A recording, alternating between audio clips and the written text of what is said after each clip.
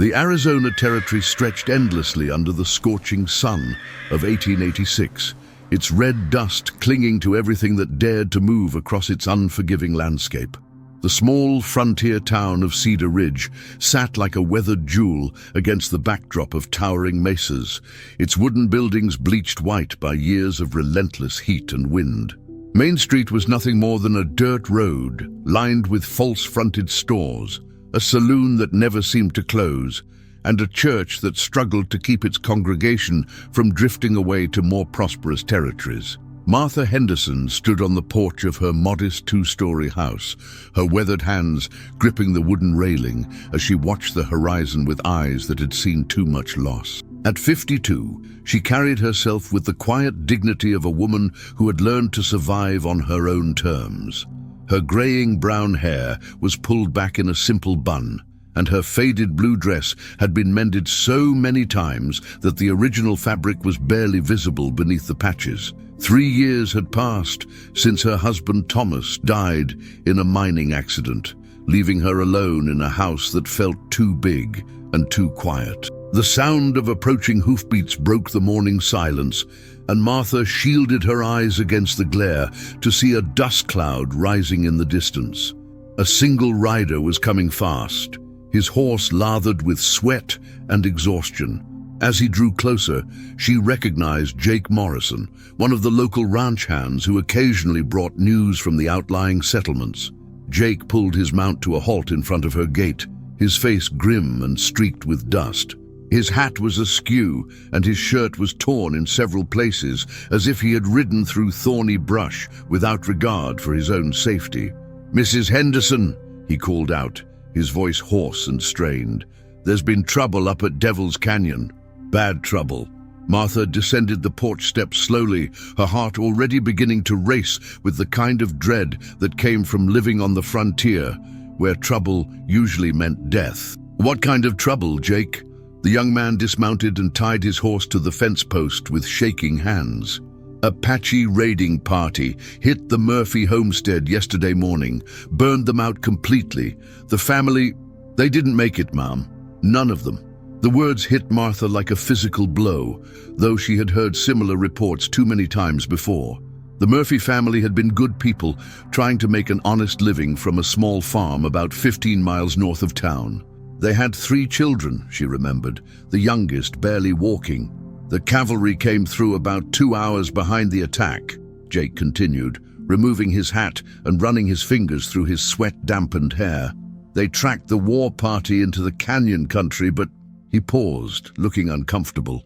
"Captain Bradley sent me back to warn the town, said everyone should stay close to home until they get back." Martha nodded grimly. The Apache had been increasingly active in recent months, driven to desperation by the continued encroachment of white settlers onto their ancestral lands. She understood their anger, though she could never condone the violence that inevitably followed. The cycle seemed endless. Raids, reprisals, more raids, more death on both sides. "Did the soldiers catch up with them?" she asked, though she suspected she already knew the answer. Jake's expression darkened further. "There was a fight, Mom. A bad one. The Apache, they had the high ground in those rocks and..." He swallowed hard. "Captain Bradley lost 4 men. The rest of the war party scattered into the desert, but they found something else up there." "What do you mean?" "A girl, Mom. An Apache girl, maybe 12 or 13 years old. She was hurt bad, left behind when the others ran. The captain, he brought her back to the fort, but..." Jake looked away, clearly uncomfortable with what he was about to say. "But what, Jake? Colonel Morrison at the fort, he don't want her there. Says she's just another mouth to feed, and with tensions running so high, having an Apache prisoner might cause more trouble than it's worth. Word is, he's planning to turn her over to the territorial authorities in Phoenix." Martha felt a chill run down her spine, despite the desert heat. She knew what happened to Apache prisoners in Phoenix. If the girl was lucky, she would end up on a reservation far from her homeland. If she was unlucky, she would simply disappear into the system, forgotten and alone until disease or despair claimed her. "How badly is she hurt?" Martha asked quietly. "Doc Stevens at the fort patched her up as best he could. gunshot wound to the shoulder, some cuts and bruises, but nothing that won't heal given time. The thing is, Jake hesitated again. She ain't talked to nobody since they brought her in. Just stares at the wall like she's seeing ghosts. Martha closed her eyes and tried to imagine what the girl must be feeling.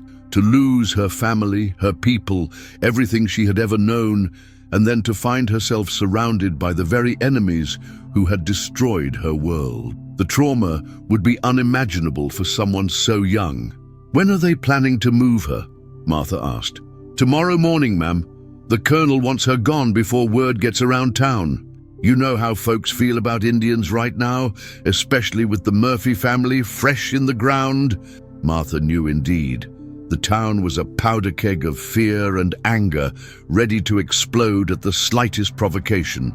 An Apache prisoner would be seen as either a trophy or a target, neither of which would do the girl any good. As Jake remounted his horse and rode off to spread his warnings to the other homesteads, Martha remained standing by her gate, staring out at the empty desert.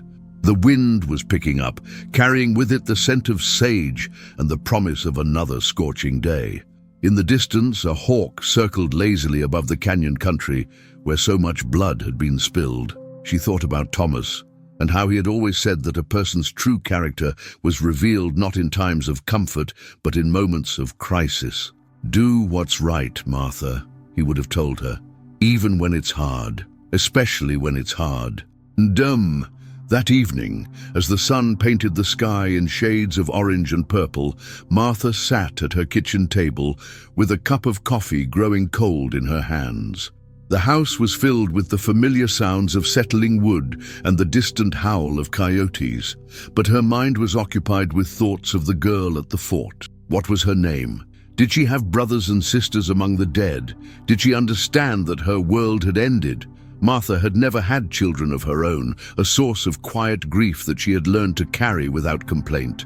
Thomas had wanted a family desperately, but it simply wasn't meant to be. Now, at 52, she had long since accepted that she would grow old alone in this house, tending her small garden and living off the modest inheritance Thomas had left her. But tonight, something was stirring in her heart that she hadn't felt in years, a sense of purpose, perhaps, or maybe just the recognition of a kindred spirit in need. The girl was alone, just as Martha was alone. The difference was that Martha had chosen her solitude, while this child had had it forced upon her in the most brutal way imaginable. As the night deepened and the temperature began to drop, Martha made her decision. She rose from the table and walked to the wooden chest in her bedroom, where she kept her most precious possessions. Among them was a small leather pouch containing the money she had been saving for emergencies, nearly $200 that represented years of careful budgeting and sacrifice. She also retrieved Thomas's old Colt revolver from the dresser drawer, checking to make sure it was loaded and in working order. She had learned to shoot during the early days of their marriage, when Apache raids were more common and every settler needed to be able to defend themselves.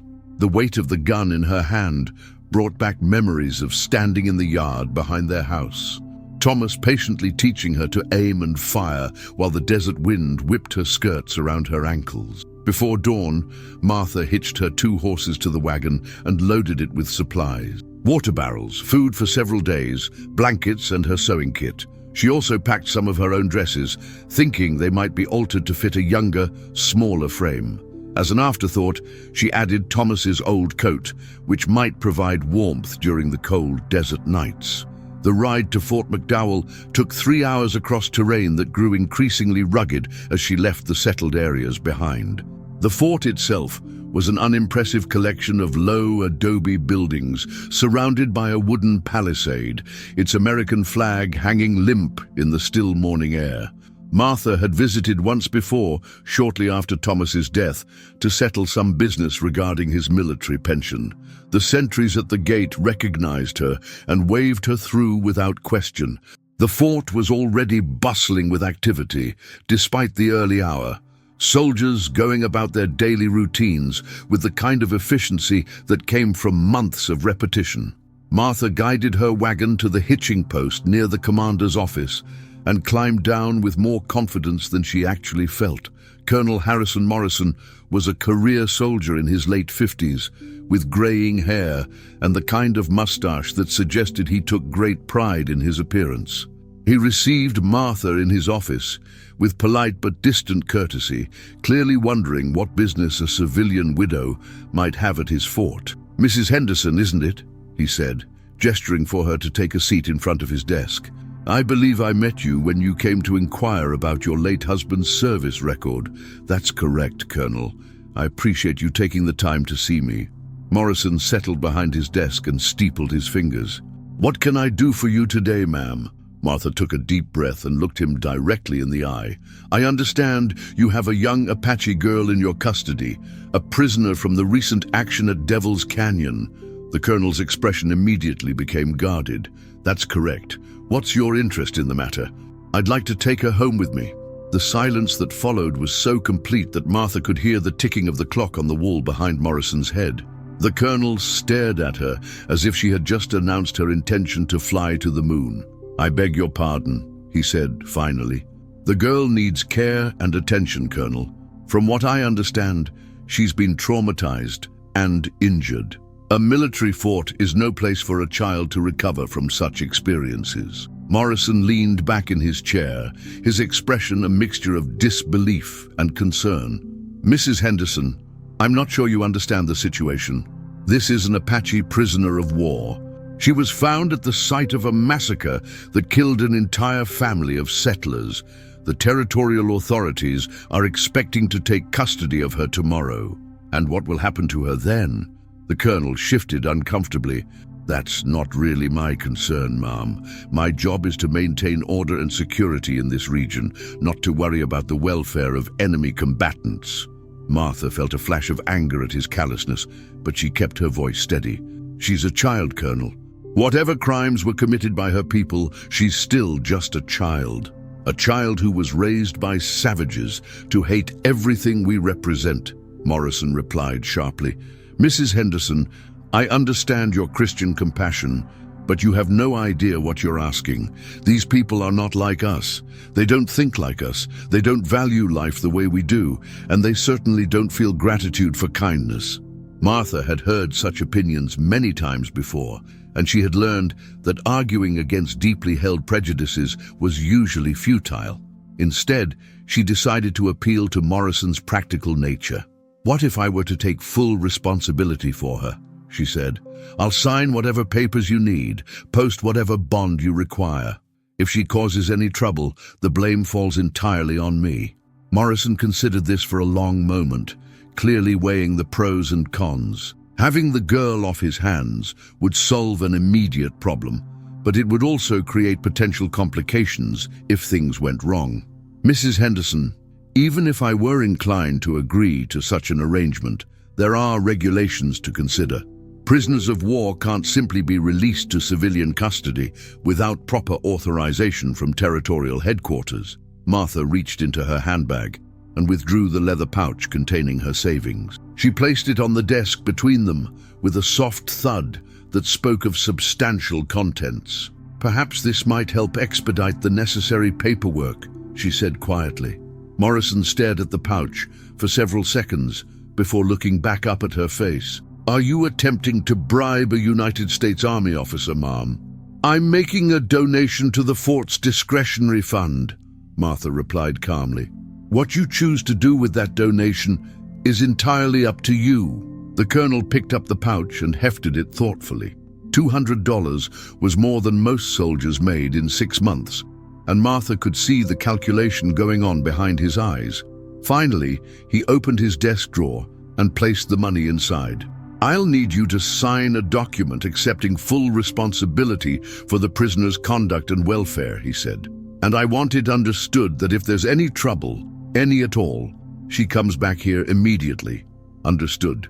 Morrison rose from his chair and walked to the window, gazing out at the parade ground where soldiers were drilling in the morning heat.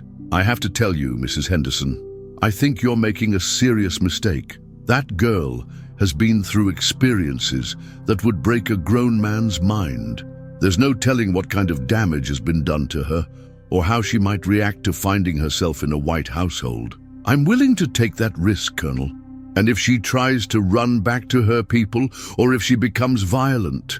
Martha had considered both possibilities during her sleepless night, and she had no easy answers. Then I'll deal with those situations as they arise. But I won't let a child be shipped off to some distant reservation, or worse, simply because it's convenient. Morrison turned back to face her, and she could see a grudging respect in his eyes. You're either very brave or very foolish, Ma'am. I'm not sure which. Perhaps both, Martha admitted. An hour later, Martha found herself following a young corporal across the fort's compound toward the guardhouse where the girl was being held. Her heart was pounding with nervous anticipation, and she found herself wondering what she would say to a child who had every reason to hate and fear her. The guardhouse was a small, windowless building with thick adobe walls and a heavy wooden door secured with an iron bar. The corporal lifted the bar and pulled the door open, revealing a dim interior that smelled of straw and human fear. "She's in the back cell," the soldier said, lighting a lantern from a hook on the wall. "Fair warning, ma'am, she ain't exactly what you'd call friendly." Martha took the lantern and stepped into the shadowy interior, her eyes adjusting slowly to the dim light. The guardhouse was divided into 3 small cells, each barely large enough for a single occupant. The girl was in the farthest cell, sitting on a pile of straw with her back against the wall and her knees drawn up to her chest. Even in the poor light, Martha could see that she was beautiful, in the way that young Apache women often were, with fine features and large, dark eyes that seemed to hold depths of sorrow that no child should ever know. Her long black hair was matted and dirty, and her traditional Apache dress was torn and stained with blood and dust. A crude bandage covered her left shoulder where the bullet had struck her. The girl looked up as Martha approached, and their eyes met through the iron bars. For a moment, neither moved or spoke, each studying the other with careful attention. Martha saw wariness in the child's gaze, but also intelligence and a kind of fierce pride that had not been broken despite everything she had endured. "Hello," Martha said softly, setting the lantern on a nearby stool. "My name is Martha Henderson." The girl said nothing, but her eyes never left Martha's face. She was clearly trying to assess this strange white woman who had appeared in her prison, probably wondering if this was some new form of torture or interrogation. Martha knelt down in front of the cell, bringing herself to the girl's eye level. "I know you probably can't understand me," she said, keeping her voice gentle and calm. "But I want you to know that I'm not here to hurt you. I'm here to help, if you'll let me." Still no response, but Martha thought she detected a slight softening in the girl's expression. Perhaps it was simply the tone of voice, or maybe some instinct that told her this woman was different from the soldiers who had been her captors. "I live in a town not far from here," Martha continued, knowing that her words probably meant nothing to the girl, but hoping that her intent might somehow be communicated through her manner. "It's a good place, with a garden and room to heal. You could come there with me if you wanted to." The girl tilted her head slightly, and Martha realized that she might understand more English than she was letting on. Many Apache had learned to speak the white man's language out of necessity, though they were often reluctant to reveal this knowledge to their enemies. "I lost my husband 3 years ago," Martha said, not really sure why she was sharing this information with a child who might not even understand her. "I know what it's like to be alone, to have your whole world changed in ways you never expected. I know it's not the same as what you've been through, but..." She trailed off, realizing how inadequate her words sounded. How could she possibly compare her widowhood to the trauma this girl had experienced? The loss of family, tribe, and freedom was something beyond Martha's ability to fully comprehend. The girl shifted slightly, and Martha noticed that she was favoring her injured shoulder. The bandage was dirty and probably needed changing. Whatever medical care she had received at the fort had clearly been minimal. "You're hurt," Martha said, gesturing toward the girl's shoulder. "I could help with that. I have some experience with wound care." For the first time, the girl spoke, her voice barely above a whisper but clear in the silence of the guardhouse. "Why?" The single word, spoken in accented but understandable English, carried within it all the questions that must have been burning in the girl's mind. Why would a white woman want to help an Apache prisoner?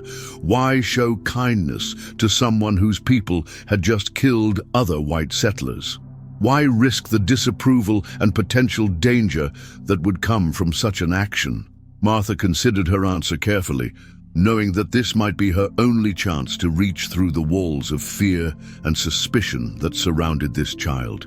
"Because you're alone," she said finally, "and because everyone deserves a chance to heal, no matter who they are or where they come from.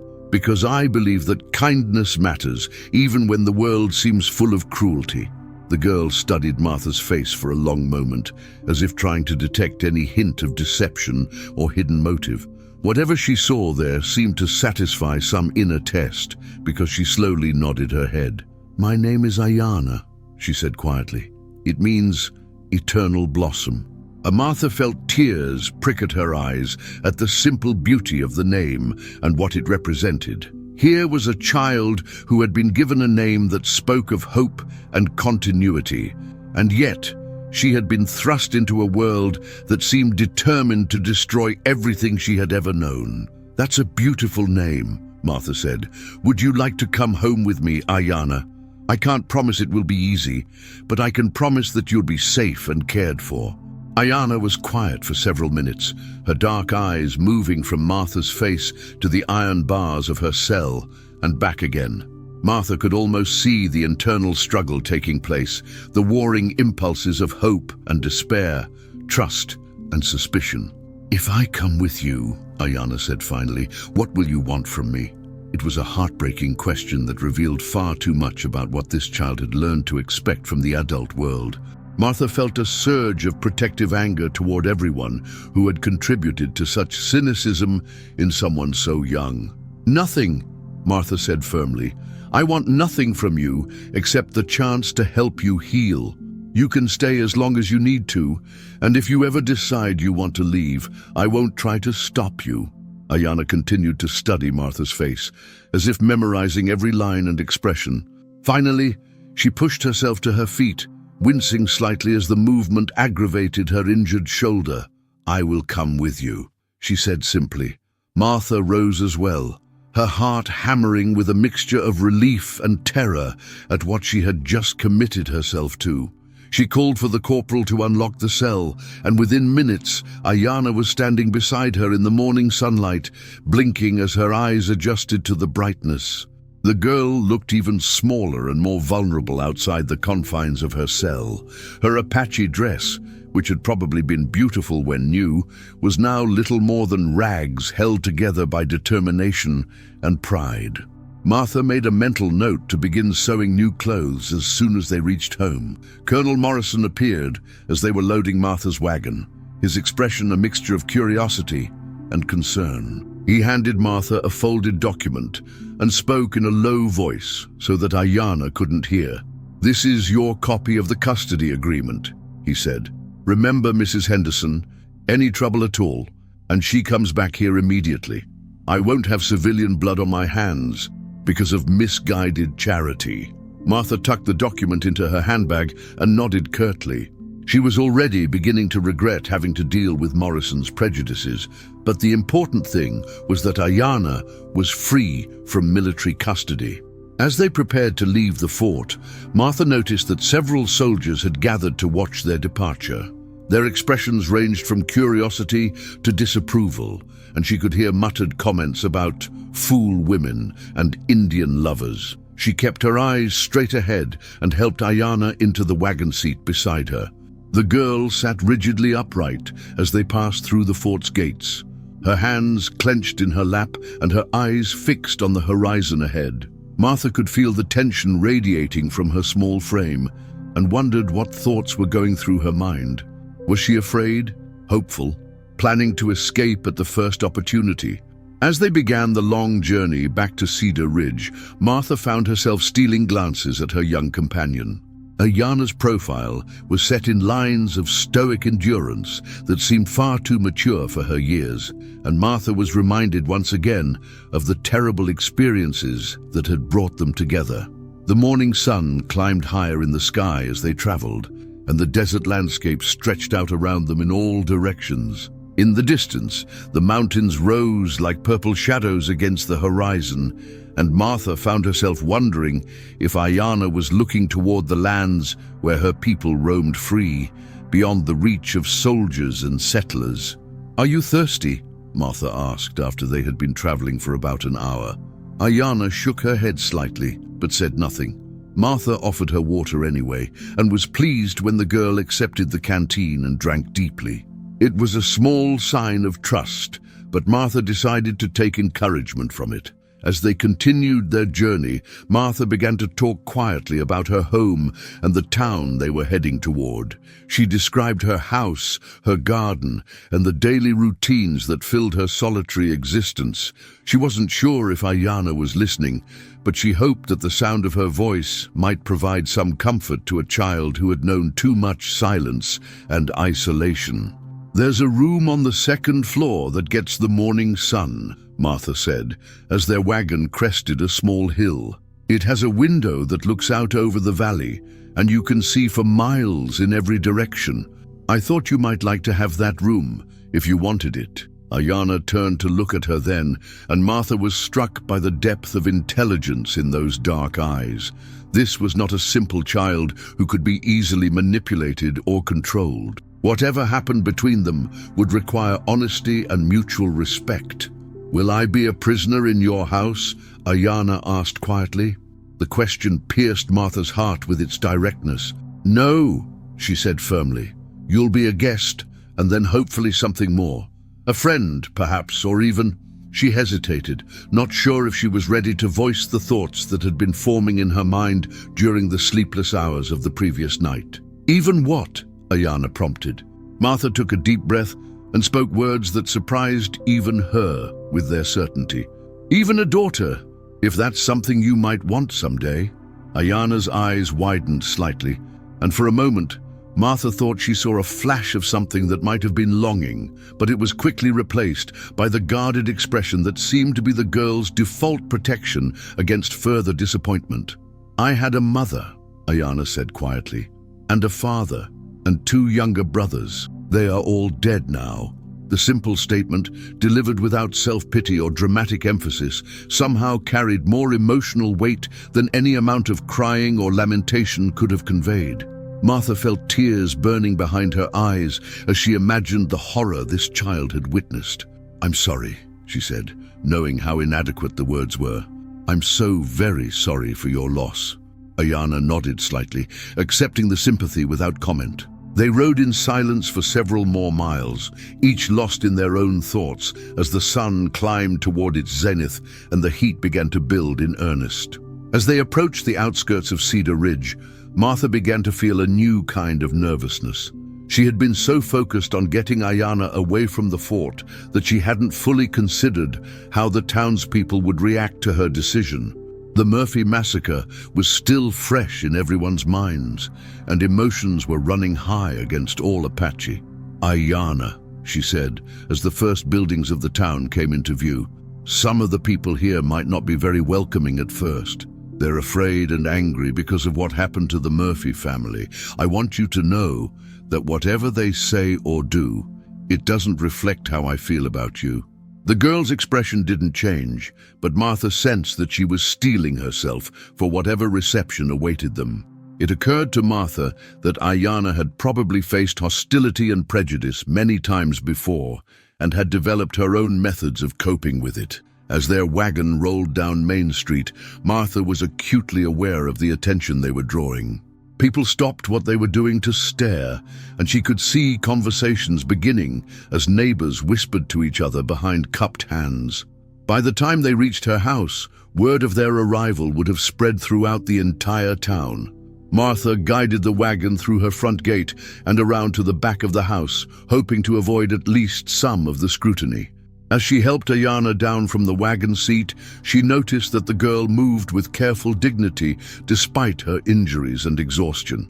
"Welcome to your new home," Martha said as they stood together in the shade of her back porch. Ayana looked up at the two-story house with its neat white paint and flower boxes, then turned her gaze to the small garden where tomatoes and beans grew in orderly rows. It was probably unlike anything she had ever experienced, this monument to white domestic civilization, and Martha wondered what she was thinking. "It's very square," Ayana said finally, and Martha detected just the hint of a smile at the corners of her mouth. "Yes, it is," Martha agreed, surprised to find herself chuckling. "Very square indeed. Would you like to see the inside?" As they climbed the back steps together, Martha felt a mixture of hope and trepidation about what lay ahead. She was committed now, irrevocably, to caring for this damaged child who carried within herself the grief of a conquered people. There would be challenges ahead that she couldn't even begin to imagine, but for the first time in 3 years, Martha Henderson felt that her life had purpose beyond simple survival.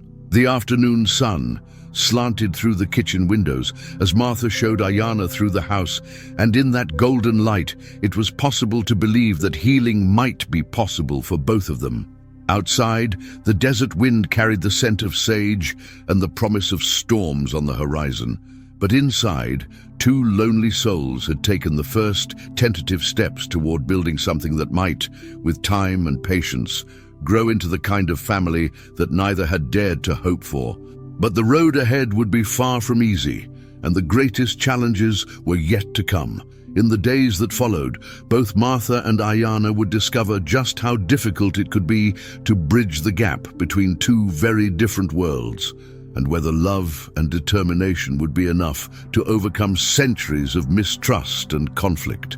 The story of the Apache girl and the widow who took her in was just beginning, and its conclusion was far from certain.